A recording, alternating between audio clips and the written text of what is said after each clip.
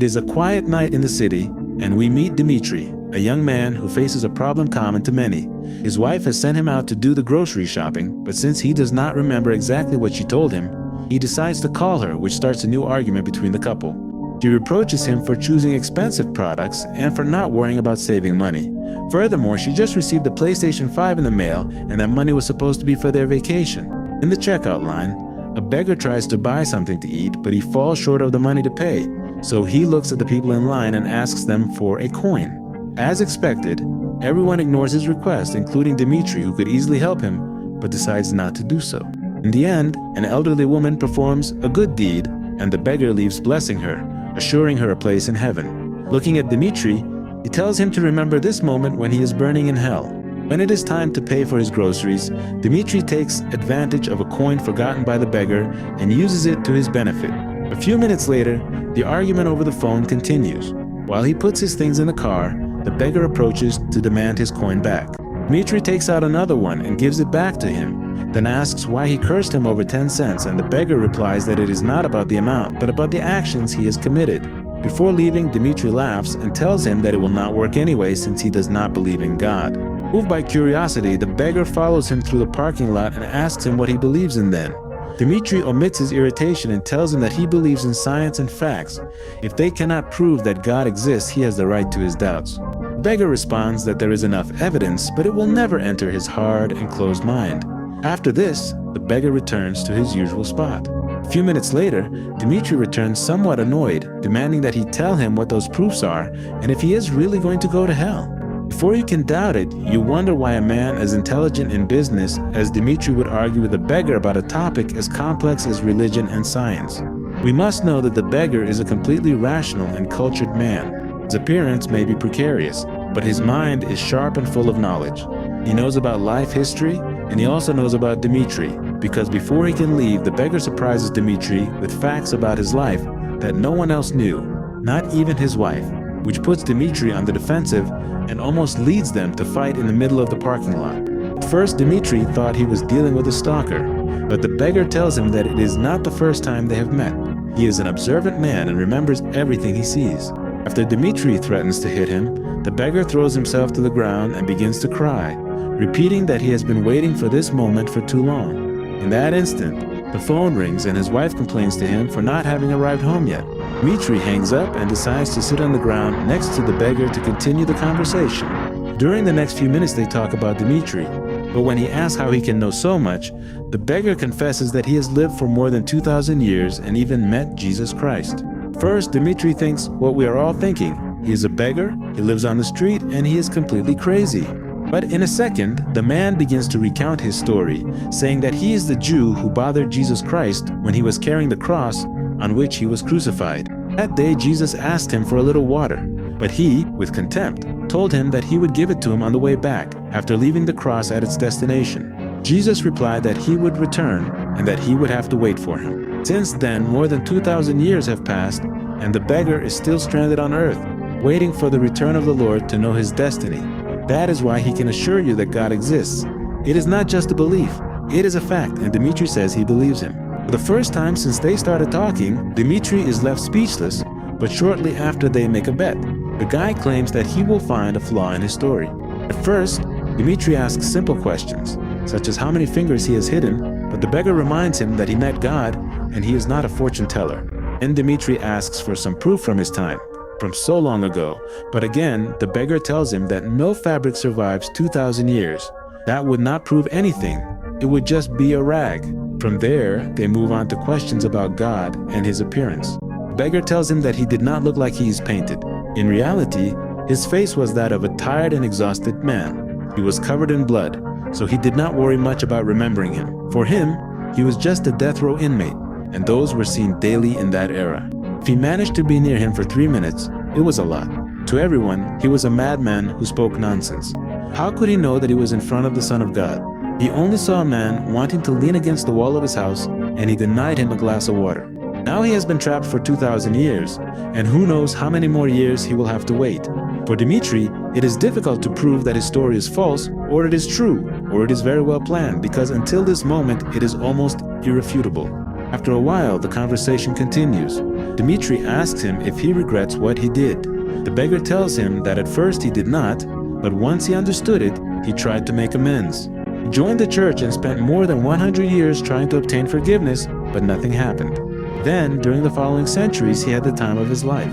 Immortality has its benefits, but all excitement wears off with time. For him, it is clear that God exists, but he is not sure if he is on his side. He feels mixed emotions, and even after 2,000 years, he cannot decide. Dmitri asks him why he did not take advantage of his immortality. He could be rich and experience everything. And it is at that instant when the beggar tells him that he already did. Everyone can experience everything. Life is beautiful when you have a purpose, and you are not afraid to risk it for what you desire, but the fear of death and the unknown deprives you of it. Besides, immortality is not like Dmitri thinks. It does not make him immune to anything. He still feels cold, hunger, and his wounds heal at a normal rate. There is no other benefit than not aging. Once they address the subject of wounds, Dmitri asks why he does not take his own life, and he responds that he tried thousands of times, but it never worked. Of all the ways Dmitri can imagine, he has already tried them. He once hanged himself and broke his neck in several places, but only hung there for 2 weeks before the rope finally snapped. Guns never fired him either. They always jam or explode in the shooter's hand. In 1945, he was kidnapped by the Nazis and nearly run over by a tank when its wheels were destroyed. After 10 minutes of anecdotes about his wounds and failed suicide attempts, Dmitri finally gives up and accepts the inevitable defeat of the conversation. The beggar receives the money with emotion and thanks him for having listened to his story. Although Dmitri still does not believe it is entirely true, he still thinks he is somewhat crazy. The beggar tells him that if he were really crazy, he would have invented something much simpler, because why would he spend hours chatting with someone and memorize every detail of such an intricate story for only 20 pounds?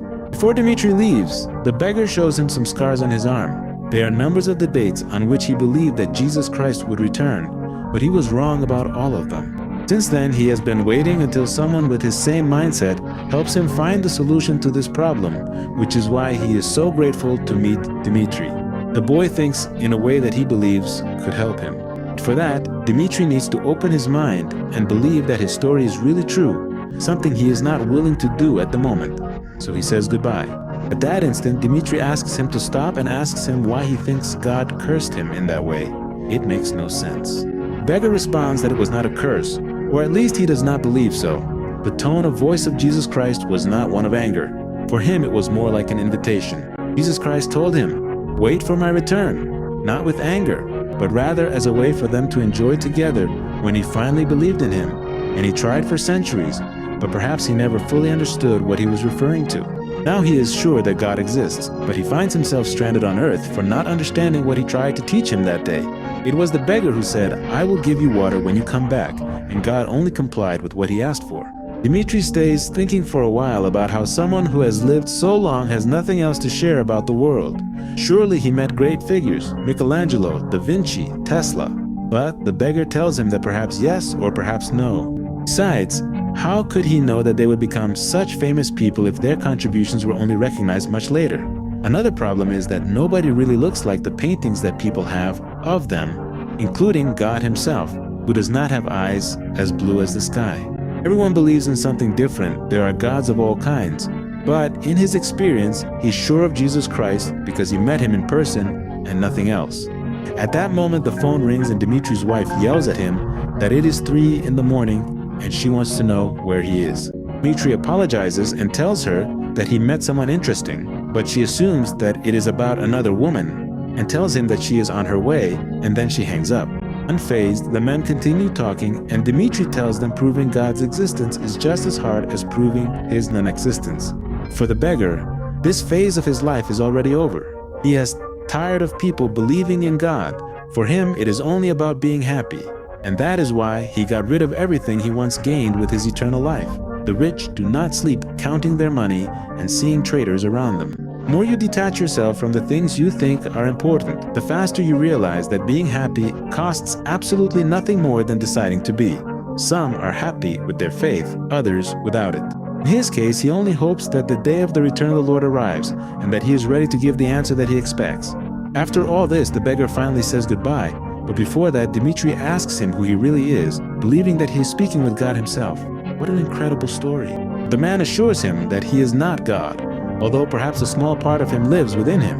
To this day, he trusts that he can return it to him. Suddenly a car horn honks and Dmitri turns back to explain to his wife that it is not what she is thinking. However, when he tries to introduce the beggar to her, he is no longer there, so they return to the car and he appears again. In that instant, a person who looks identical to the beggar calls out to him and tells him that he must return to work because the moment is approaching. Dmitri's wife believes all of this is a joke and yells at him that they will talk at home, but when Dmitri gets into his car and looks in the rearview mirror, the beggar's eyes return his gaze. The movie ends in that tense moment and without a clear answer. It is a story of internal reflection that invites us to ask ourselves questions. And so this great movie ends. If you want to keep watching more cool summaries, I recommend this video.